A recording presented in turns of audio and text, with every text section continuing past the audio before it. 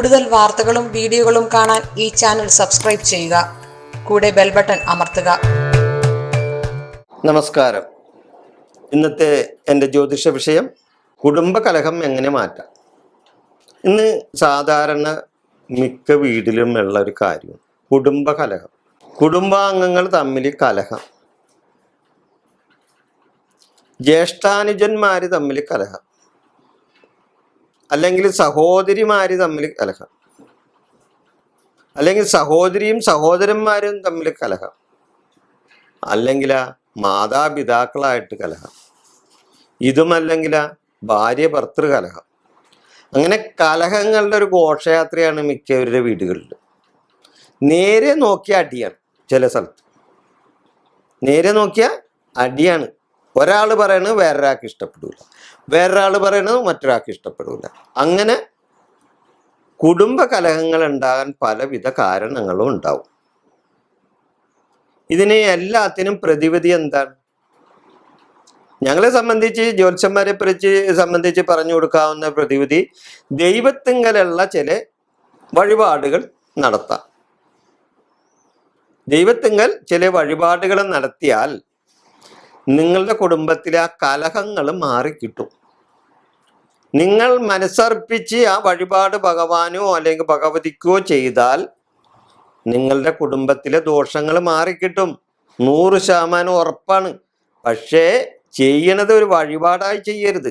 നല്ല ഭക്തിയോടെ മനസ്സർപ്പിച്ച് വേണം പ്രാർത്ഥിക്കാനും ഞാൻ പറഞ്ഞു തരുന്ന വഴിപാടുകളും നടത്താൻ. എന്താണ് വഴിപാട്? ഗണപതിക്ക് ഐക്യമത്യ മന്ത്രാർച്ചനയോടെ ഗണപതി ഹോമം നടത്തണം. ഗണപതിക്ക് ഐക്യമന്ത്ര അർച്ചനയോടെ, ഐക്യമന്ത്രം ആ അർച്ചനയോടെ ഗണപതിക്ക് ഹോമം നടത്തിയാൽ നിങ്ങൾക്ക് നിങ്ങളുടെ കലഹത്തിന് ഒരു പരിധി വരെ, കുടുംബകലഹത്തിന് ഒരു പരിധി വരെ പ്രതിവിധി ഉണ്ടാവും. അതുമാത്രമല്ല, രാവിലെ ഗണപതി ഹോമം കഴിഞ്ഞാൽ ഭഗവതി സേവ വൈകിട്ട് നടത്തണം. എങ്ങനെ, എന്ന് നടത്തണം? നിങ്ങൾ 3 വെളുത്ത വാവിന്, അതായത് പൗർണമി നാളിൽ ഈ ഗണപതി ഹോമവും ഭഗവതി സേവവും ഒന്നിച്ച് ചെയ്താൽ മതി. രണ്ടും രണ്ടായിട്ട് 2 ദിവസമായിട്ട് ചെയ്യണ്ട. ഒറ്റ ദിവസം തന്നെ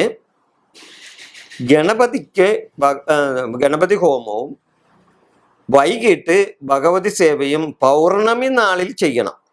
3 പൗർണമി നാളിൽ അടുപ്പിച്ച് ഗണപതിക്ക് ഐക്യമന്ത്ര അർച്ചനയോടുള്ള ഗണപതി ഹോമവും വൈകിട്ട് ഭഗവതി സേവയും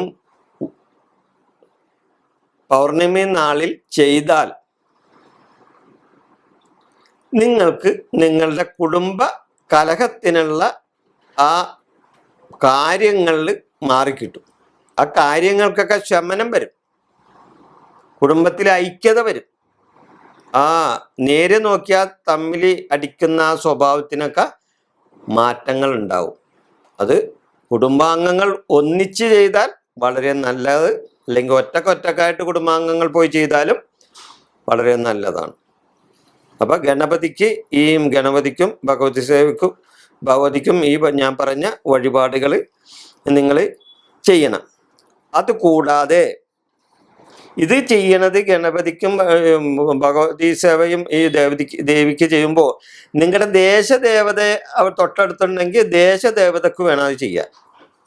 നിങ്ങളുടെ ദേശദേവതക്ക്, ഈ ദേശദേവതക്കും ഗണപതിക്കും ഈ വഴിപാട് ചെയ്യുന്നതിന് മുമ്പ് ആദ്യം ചെയ്യേണ്ട വേറൊരു കാര്യമുള്ളൂ. അത് നിങ്ങളുടെ കുടുംബക്ഷേത്രത്തിൽ ആദ്യം ചെയ്യണം. നിങ്ങളുടെ കുടുംബ പരദേവതയ്ക്ക് ചെന്ന് വഴിപാടുകൾ സമർപ്പിച്ചതിന് ശേഷമേ നിങ്ങൾ ഞാൻ പറഞ്ഞ ഗണപതി ഹോമവും ഭഗവതി സേവവും ചെയ്യാൻ പാടുള്ളൂ. ആദ്യം സ്വന്തം കുടുംബക്ഷേത്രത്തിൽ ചെയ്യണം. എന്നാൽ മാത്രമേ ഇതിന് ഫലം ഉണ്ടാവുള്ളൂ. അപ്പൊ ഈ വഴിപാടുകൾ ഞാൻ പറഞ്ഞ പോലെയുള്ള ഈ വഴിപാടുകൾ ചെയ്യാം. അതോടൊപ്പം 7 ആയില്യം നാളിൽ നാഗദൈവങ്ങൾക്ക് 100 പാലും കൊടുക്കണം. നാഗദൈവങ്ങൾക്ക് 100 പാലും കൊടുത്ത് ഞങ്ങളുടെ കുടുംബത്തിലെ ദുരിതങ്ങൾ മാറ്റിത്തരണേ നാഗത്താന്മാരെ എന്ന് മനസ്സു നൊന്ത് പ്രാർത്ഥിക്കണം.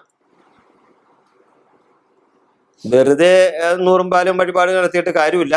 അവിടെ നാഗക്ഷേത്രങ്ങളിൽ ചെന്നിട്ട് നാഗത്താന്മാരോട്, നാഗദൈവങ്ങളോട് ഞങ്ങളുടെ ദുരിതങ്ങൾ മാറ്റിത്തരാൻ മനസ്സുരുകി നിങ്ങൾ നല്ലപോലെ പ്രാർത്ഥിച്ചാൽ അതിന് ഫലം ഉണ്ടാകും. നിങ്ങളുടെ ദുരിതങ്ങൾക്ക് മോചനമുണ്ടാകും.